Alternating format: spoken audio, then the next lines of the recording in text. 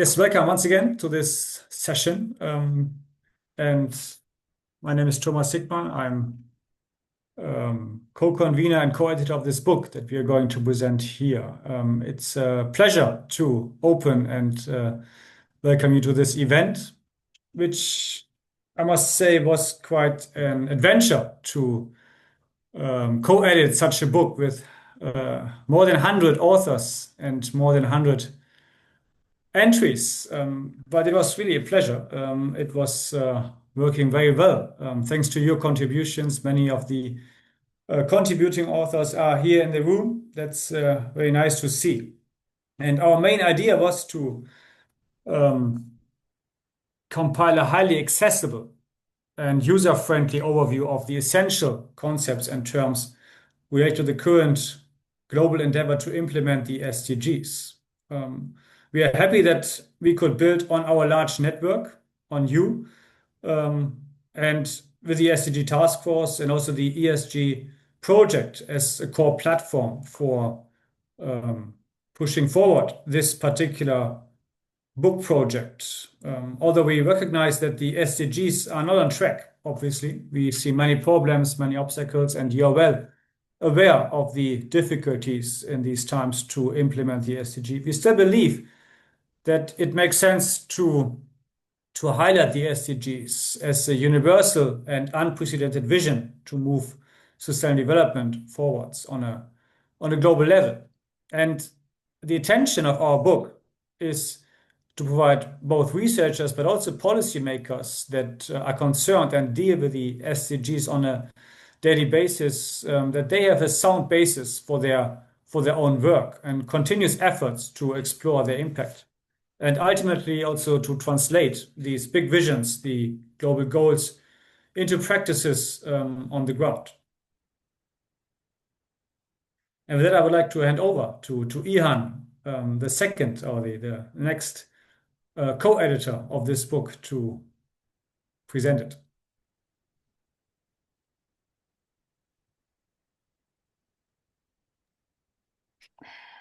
All right. I hope you can see the change of the slide, right?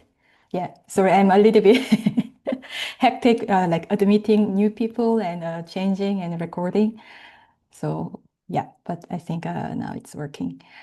So yeah, welcome everyone. My name is Yixian, and I'm also one of the co-editors. And mainly I coordinated contacting the authors during the publication process. So I'd like to emphasize that this book is really like a team effort, and I'd like to say a big thank you to all the contributing authors for sending your drafts and final versions on time. That made really everything run very smoothly. So altogether, as you can see in this word cloud, we had 102 authors from all different parts of the world. And many of the authors also helped share the news on the book, like on LinkedIn and other social media. So I would really highlight that this was the team effort. And also, another thing is the diversity of the authors, the variety of backgrounds, perspectives, and experiences. So that's why this book is very rich and makes the book very insightful. And it was my pleasure, our pleasure, working with all of you. So we truly hope that you found the process smooth and enjoyable as well, and that you are also proud of the result as we are. And finally, I think this project didn't just create a book, it was also creating a community of 102 authors around the world. And this moment can lead to other exciting projects in the future. So we really hope that this is the beginning and we can continue to see other great outcomes in the future through this, our SDG task force. Thank you. And I'd like to hand over to Carole-Anne now. Yeah, thank you again. Welcome to everyone, also from my side. So I'm gonna discuss the entries that you all contributed to, and also it's super funny. I just seen in the word couch of the authors that we actually go from A to Z in terms of authors, but we do not go from A to Z in terms of entries, right?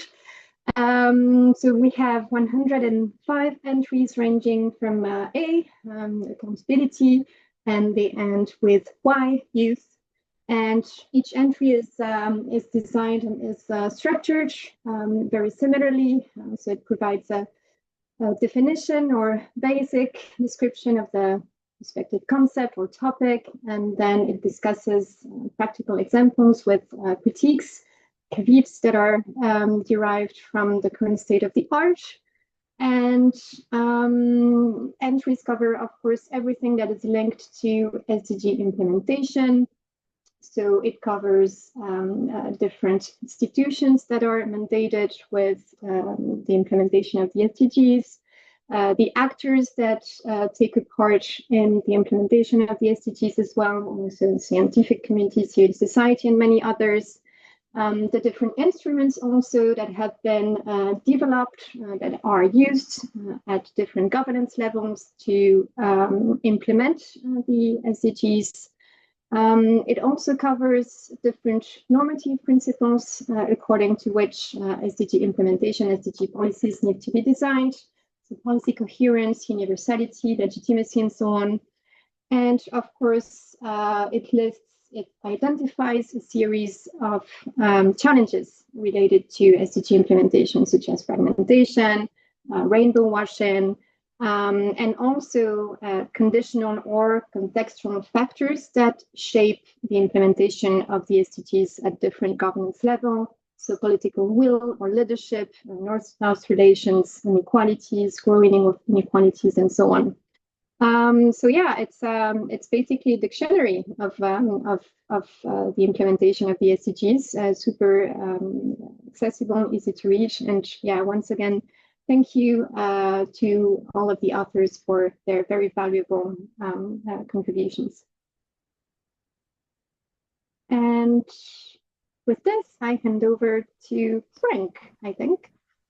Yeah, thank you so much, Carole-Anne. So my name is Frank Biermann. I'm also one of the co-editors of this volume from Utrecht University. I'm just picking up what Thomas said in the beginning. He said this is an adventure. It has been an adventure, and I might add, it has been also a tremendous pleasure to work with so many people on this book. When we put this out, we expected maybe a dozen, maybe 2 dozen, maybe 3 dozen participants. But now we have more than 100 contributions, 100 entries. I think that's really, it's a great success for our entire community that so many experts are working on the SDGs and came together to put this important volume together. So my task in this little slideshow roadshow is also to thank, not only to thank the contributors, which is very important, but also for the feedback that we have received. All the emails, the social media posts of people who liked our book, who wanted to have the book and download it. I think that's great. It's open access, so you don't have to buy it. That's a good part also. But thanks for downloading it and thanks for reading it. And in particular, I would like also to thank those who have endorsed it in public by writing a short endorsement on the book cover, which is also on the website, which shows also the range of support and interest that we have from Måns Nielsen, the executive director of the Stockholm Environment Institute, who has worked on this for a long time, Anita Batir, the Assistant Secretary General of the United Nations and Deputy Executive Director of UN Women as well. Astre Bonini, I just met her last week.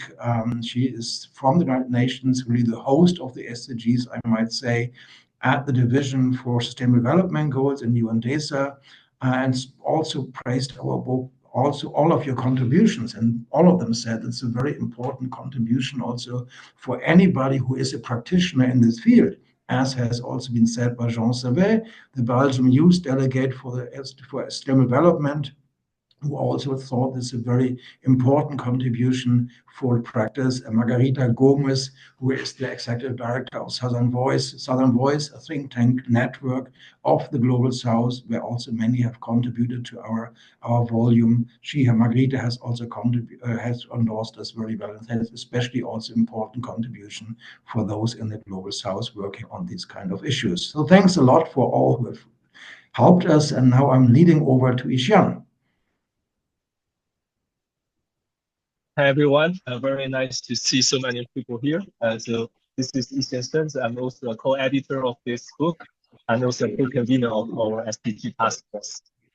So I was very pleased to work with so many people. So now I think we have the book, so it's important to think about what we get from here and what are the next steps. So I think we don't need to repeat that the SDGs are not on track. It's very unlikely we can meet all the goals around the world by 2030.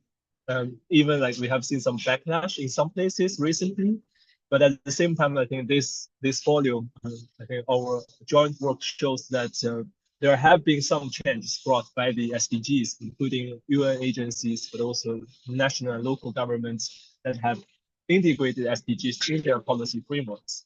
At the same time, also beyond state actors, we have seen also the uptake of SDGs by many non-state actors across different governance levels. Of course, I think the underground impact can be very limited. And I think there are still a lot of questions around rainbow washing that we mentioned earlier. So now I think we have this book for us to better understand the concept related to the SDG implementation. I think the key question is how we can move from this concept to actual implementation or more action, or accelerating the implementation.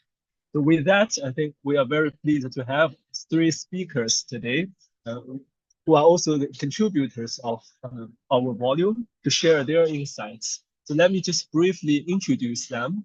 So we are very honored to have Professor Pamela Chasek, who is a professor of political science at Manhattan University in the United States, and as an expert of global governance. She contributed 3 entries in the volume, including Commission on Sustainable Development, negotiation of the SDGs, and the UN Conference on Environment and Development. We also have Rodrigo Führ, who joined us today from Brazil, who is a coordinator at the Global Convener of Mayors for Climate and Energy, America's Help Desk in Brazil.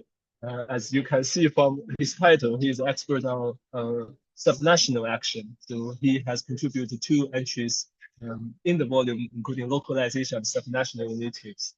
And last but not least, we have also Grayson Fuller, who is a senior manager at the SDG Index Data Statistics at the Sustainable Development Solution Network in the Paris office, France.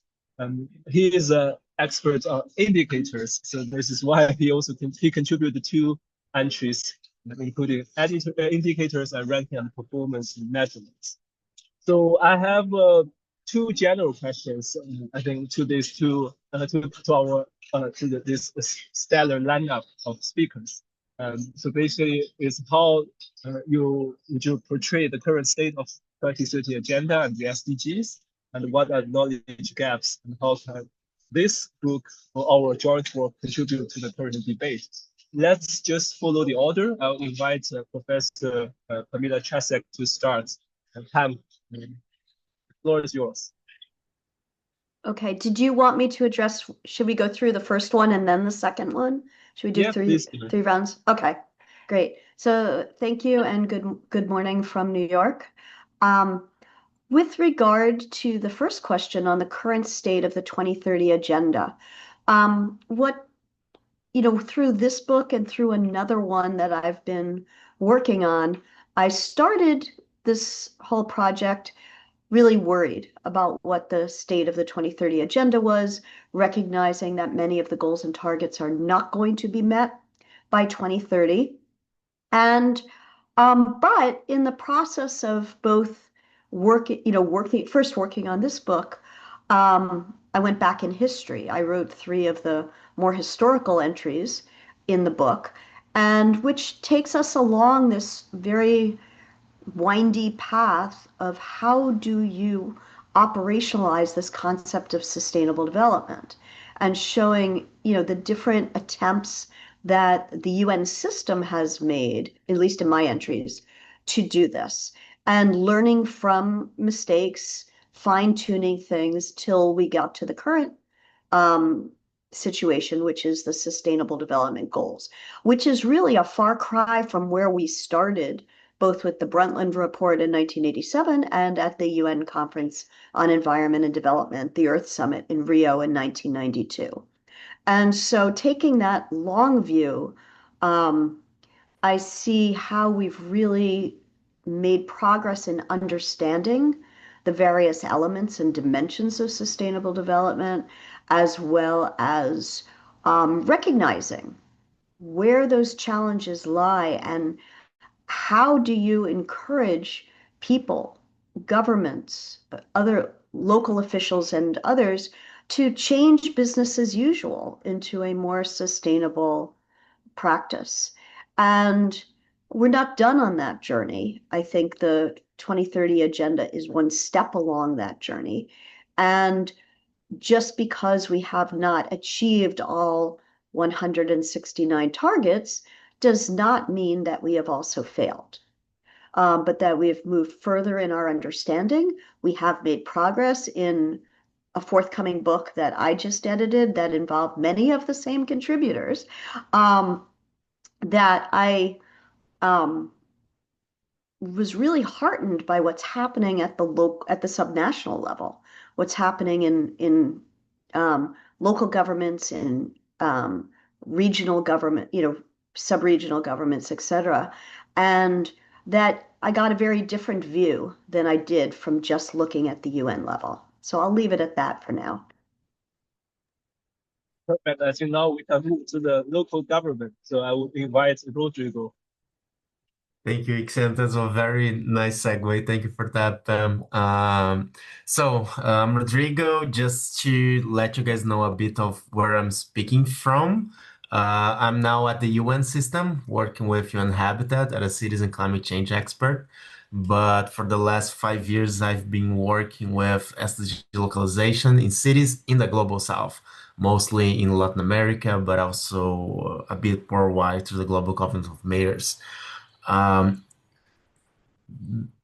Something that strikes me a bit of some of complexity is that there is this report by UCLG, the United Cities and Local Governments, that is an IO that is based in Barcelona every year for the last 10 years, doing some sort of review on all the voluntary local reviews that have been submitted by local governments worldwide. And every single one of those have shown something very clearly. Every single mayor, governor, department leader, community leader that do engage with the SDGs see potential benefits at the local level. They see a lot of benefits on planning. They see a lot of benefits on ensuring means of implementations. The localization of SDGs, most often than not, also provides some sort of strengthening of level governance mechanisms, at least nationally. So there are benefits that mayors do report whenever they engage with the SDGs. Nevertheless, there is a limited involvement of other mayors, other governors with the agenda. And that's perhaps is the best portrait that I can do at my specific view on the subnational level where I'm speaking from. A lot of mayors have some limited engagement with the agenda. They have specifically some difficulty with political will internally, domestically, with their constituencies. They have a lot of difficulties with capacity building. A lot of political staff, specifically on small and medium-sized municipalities, struggle with understanding what the SDGs may mean for their planning mechanisms, with their budget mechanisms. At the same time, that those that do reflect some positive developments. So there is definitely a discrepancy on the benefits that are there and the involvement that there is going on, specifically in the global south. There is definitely other sort of engagement coming specifically from European and North America subnational governments that have been working for the SDGs for a long time, and they have always reported some nice outcomes of doing that.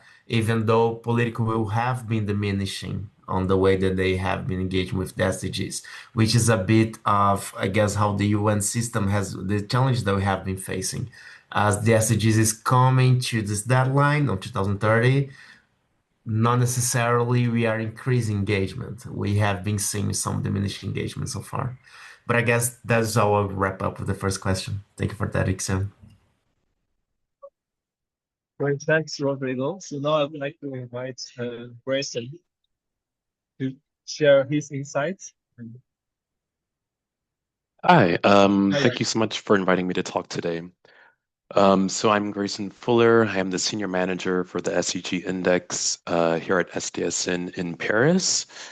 And I think that, in my role as the manager of the SDG Index, I'd like to maybe take the question from the point of view of what we see in terms of the data and statistics. So, now in 2025, 10 years after the SDGs, we published our 10th edition of the Sustainable Development Report, where we track progress towards SDGs every year for all UN member states. And I think that what we see this year is kind of, I would say, generally a kind of mixed bag in terms of progress. So on one hand, it's true that no country in the world is on track to meet all SDGs right now by 2030, and that most of the SDGs and most of the SDG targets are not at all on track. At SDSN, we calculate that less than 20% of the SDG targets will be met by 2030.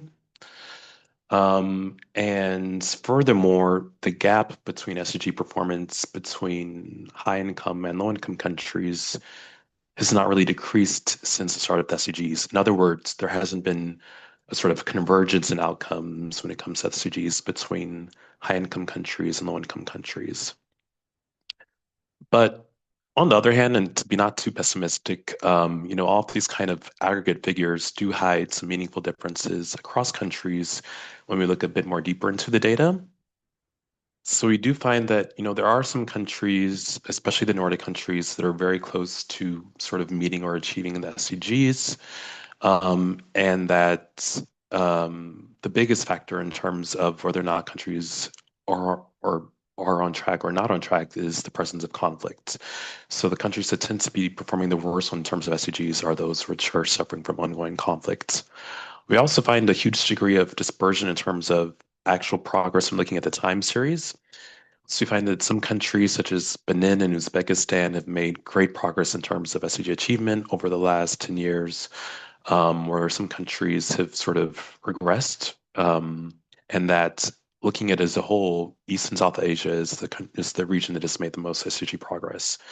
And this tends to be due to, progress in terms of socioeconomic goals, instead of major breakthroughs in terms of the environmental goals. So I would say, maybe globally, while there are, of course, a lot of challenges, setbacks, and especially in terms of the kind of international political environment, we do see reason to, continue to have hope and optimism for this agenda, and we think it is still more relevant than ever in terms of guiding countries as they make their long-term planning pathways for sustainable development. Thank you, Grayson. I think that's a very important message. Definitely, we shouldn't be hopeless. Otherwise, we wouldn't be here. So that's a good transition to our next question about how our work can contribute to this journey. I would like to leave some time for Q&As. I would invite three speakers to very briefly reflect on your work and how your work contributes to the gaps that we have seen. So maybe I'll just start with Pam, but please try to be brief. Thanks. I think I'll make this really quick. I think what's particularly useful about this book is its accessibility. And that as a professor who focuses on undergraduates, this is something that's really useful also for them, and that we're not just speaking to each other, but we're speaking to a larger audience and perhaps people who don't really understand sustainable development, don't understand how we got here, don't understand all of the different issues. And it's a really accessible way to getting that information across. Yeah, I would say the interconnectedness of issues. When we look specifically at the local level, there are some high degrees of goal prioritizations, which is not new for the SDG community. It's something that we have been reporting for a while. There is this cherry picking on inequality in the global south, on the SDG 13 on climate action at the global level, and making sure that everything is packed together in a single book, in a single booklet that everyone can access and understand. The SDGs has a a broad array of concepts, of engagements, of terminologies. This everything together provides some very powerful instrument to overcome this capacity building gap that we have at the local level. Yeah, and I agree with both of those responses. I think I would just say that, the SDGs are very complex in nature. We have SDGs that require knowledge on environmental science, socioeconomic inclusion, and the economy. There's the historical aspects, the policy aspects, the data and statistics aspects. We have all of these kind of very specific domains of knowledge. And I think the fact that we were able to reunite all of these together in one place in a way that's understandable is really a huge feat and is what makes it particularly useful for people that want to work on this agenda and aren't interested in this agenda. Thank you. Thanks to all three speakers. I think there is a very important message. I think the book shows it's an experiment actually as a product of our task force, but shows the complexity of the SDGs, but also the need of the interconnections, building interconnections, and using interdisciplinarity to advance knowledge. So I'm sure we have also other contributors and also colleagues working in this space today in the audience. Now let's move to the Q&A part. I will I'll invite my colleague Thomas to chair this part. Thomas may have some questions, but please, our audience, our participants, you can write your questions in the box, or if you have questions, you can also raise your hand, and we'll invite you to ask your questions. So Thomas, are you there? Yes, I'm there and listening carefully. And thanks very much for sharing your insights. That was really insightful and great to see some positive points you made. Also, of course, we have to remain critical with regard to the performance of the SDGs, but it was very balanced, I think. Expertise that you provided here in these short interventions. Thanks for that. I don't see any questions in the chat for now, but I have, of course, a couple of questions on my list. And maybe most obviously, I wanted to ask you about the prospects for a post-2030 agenda. I know that people here in the room are also telling us we should focus on the remaining 5 years. I agree with that it's important. But at the same time, my assumption is that we also think we should think further in a way, even beyond 2030. And therefore, I would like to ask Pam and then also the others, what are your prospects for post-2030 agenda? Can you share your views on that? Interestingly enough, my views have not changed in the past year. I thought they might, but they didn't. I think we would not be able to negotiate a new agenda at this time.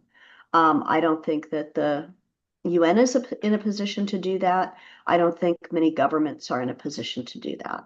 The UN current budget crisis and the lack of and the number of challenges facing multilateralism today would make that very, very difficult.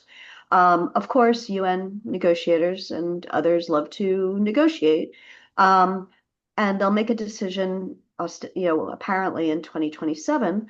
But I think our hope may lie in keeping the existing agenda, but perhaps making some little adjustments to it, not throwing out the entire framework that we have right now. It also may be difficult to make adjustments, as many have argued that if you open up the UN Charter to amendments, we'll never get another UN Charter. Um, but at the same time, I think that we have a pretty decent framework that could benefit from some fine tuning. But I don't think we should start a whole new negotiation at this time. I think we've made progress. We had setbacks even before COVID, but COVID definitely had a setback on the agenda. And but I think we can revisit it through the expertise that's been developing around the world on this issue, both within and outside of the UN system, as well as in academia. I think there's a lot of contributions that can be made to how we can take this existing structure forward beyond 2030. Thanks, Pam.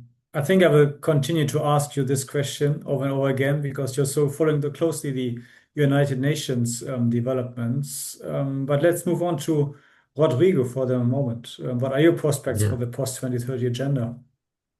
Thank you, Thomas. Definitely a stronger focus on implementation. On very practical level, also as a practitioner, the UN system is going through reforms these years, as you all know. There's a lot of budget cuts going on around, a whole lot of concerns about how the SDGs will survive and how other UN agencies will be able to continue their work. At the same time, specifically, UN Habitat, the institution that I'm involved with right now, is the host of the local 2030 coalition. That is a UN approach on how we will be localizing the SDGs. And some countries are channeling their funds not necessarily to the normative level, but to the implementation level. This is something that takes time, unfortunately. It's a process that I have been seeing that it takes a couple of years to mature and then for projects to be developed. And then after that, for funds to be channeled to the local level. It's something that has been going on right now. And by 2030, there's definitely, and beyond, of course, this is something that will mature a bit more. There are a lot of conversations also going on how that other agencies can support not only the SDGs, I guess a bit broader on how UN agencies will be able to support countries with their implementation of their NDCs, the implementation of their national adaptation plans, LT-LADs, and all of that. The SDGs is part of this broad approach. We have been having some advancements with the climate promise approach. That is one that has been led by UNDP in the sense that it has been building capacity at the national level, and a similar approach perhaps is going to be thought out into how will be implemented this at the subnational level here forward. That's very good points. And I have a follow-up question here in the chat that is directly related to the subnational level. So, Rodrigo, maybe you would like to answer that. The question is here from John Robinson, whether it's indeed the case that the SDGs have made more progress at the subnational level and even sub-municipal level than at the higher levels of governance. Would you agree with that in that generality? Yeah, it depends on definitely our parameters. When we look at steering facts as broader approaches, there's definitely some benefits at the national level on planning through and with the SDGs. I see that we have even a Brazilian colleague here, Thiago, who works at the planning, who worked at the planning level of Brazil using the SDGs. This definitely, there are some countries that are seeing a lot of benefits by doing that at the most senior national, the decision-making level. What I can say is that you can find best practices at the local level. It's hard to generalize because it's not all the cities. It's majority of cities are not engaging with the SDGs, but we can find best practices and cities that have been doing that and have been seeing the benefits. But it really depends on how we will be developing and monitoring these steering effects. Thanks, good point. And maybe some of these experiments, some of the pioneering cities can be then sharing their best practices, and that might lead to upscaling, right?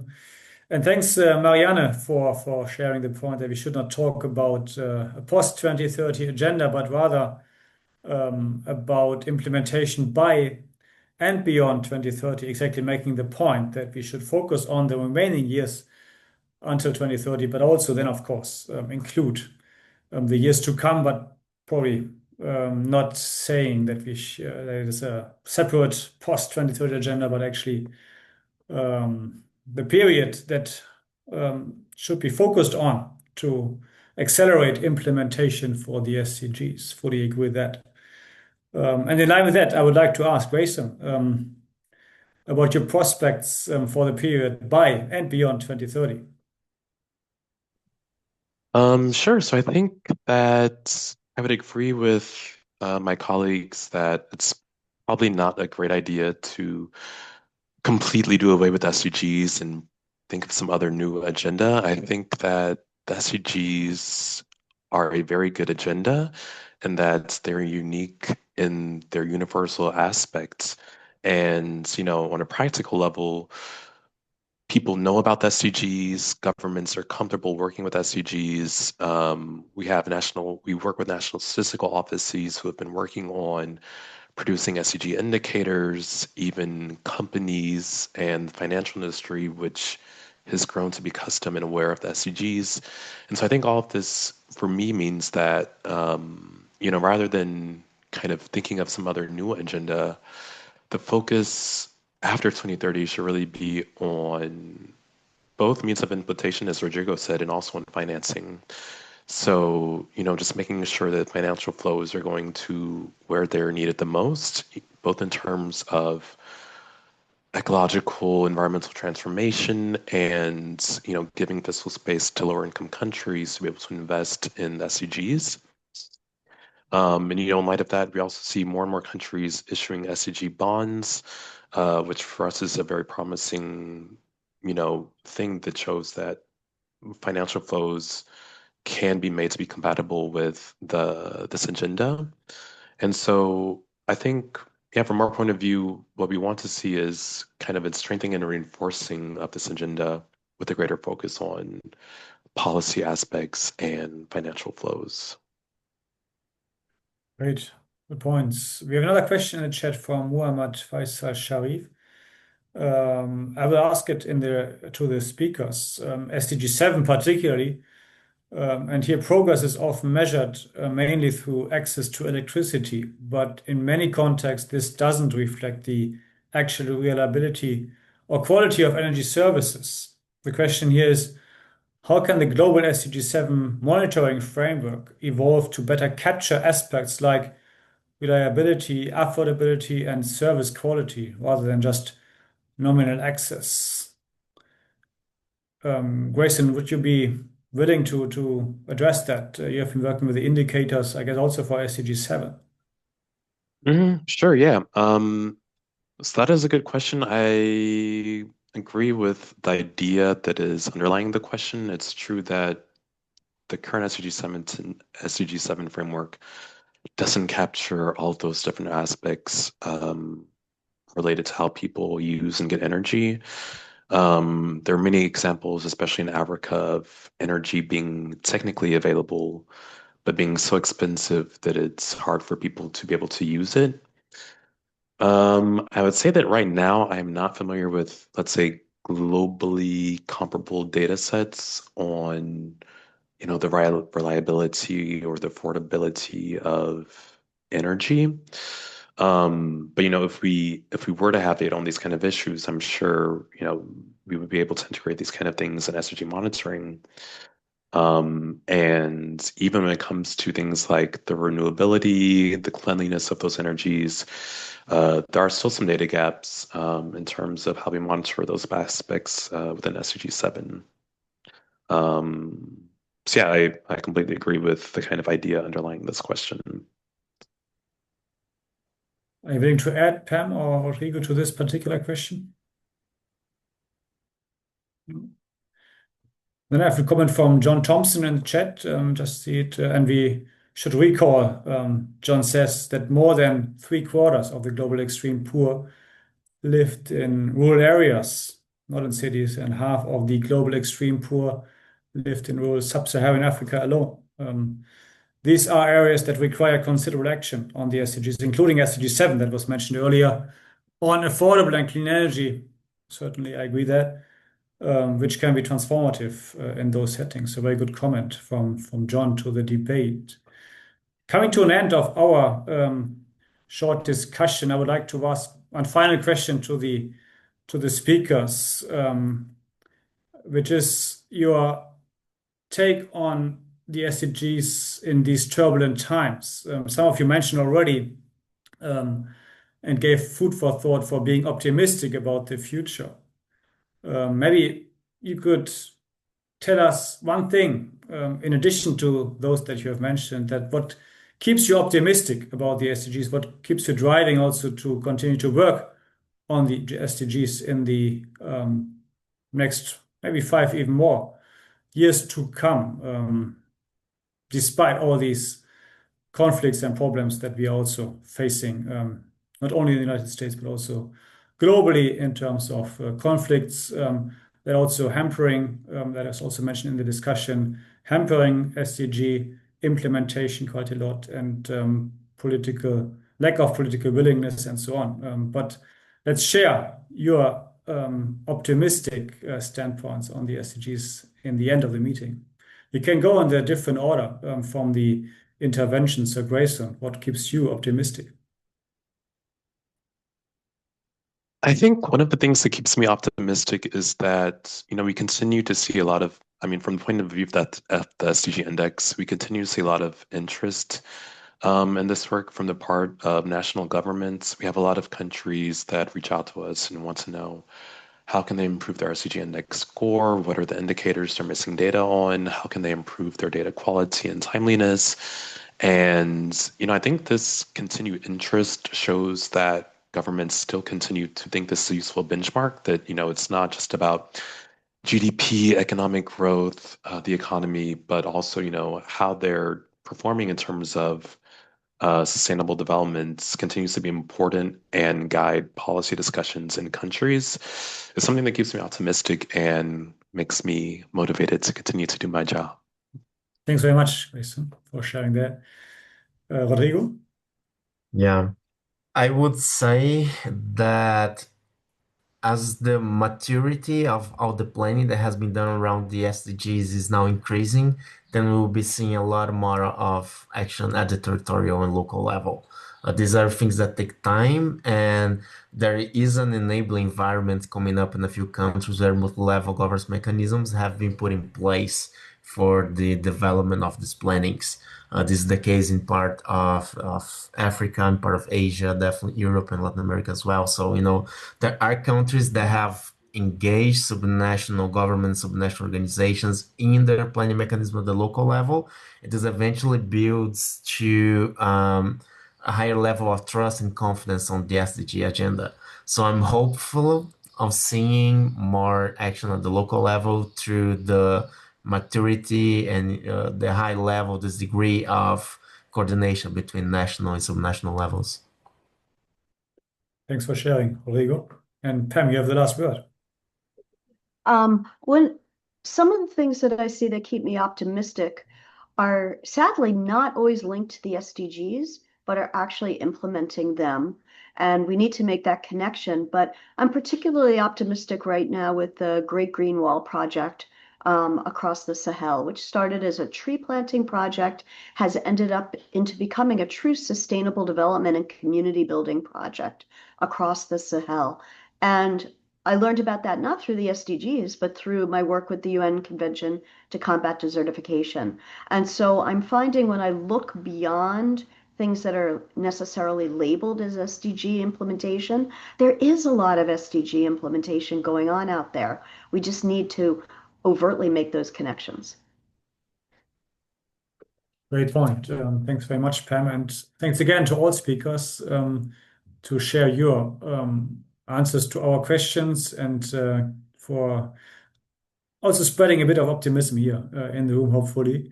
That was the intention with the last question. And overall, thanks for the questions and also for the audience for your attention to join this event.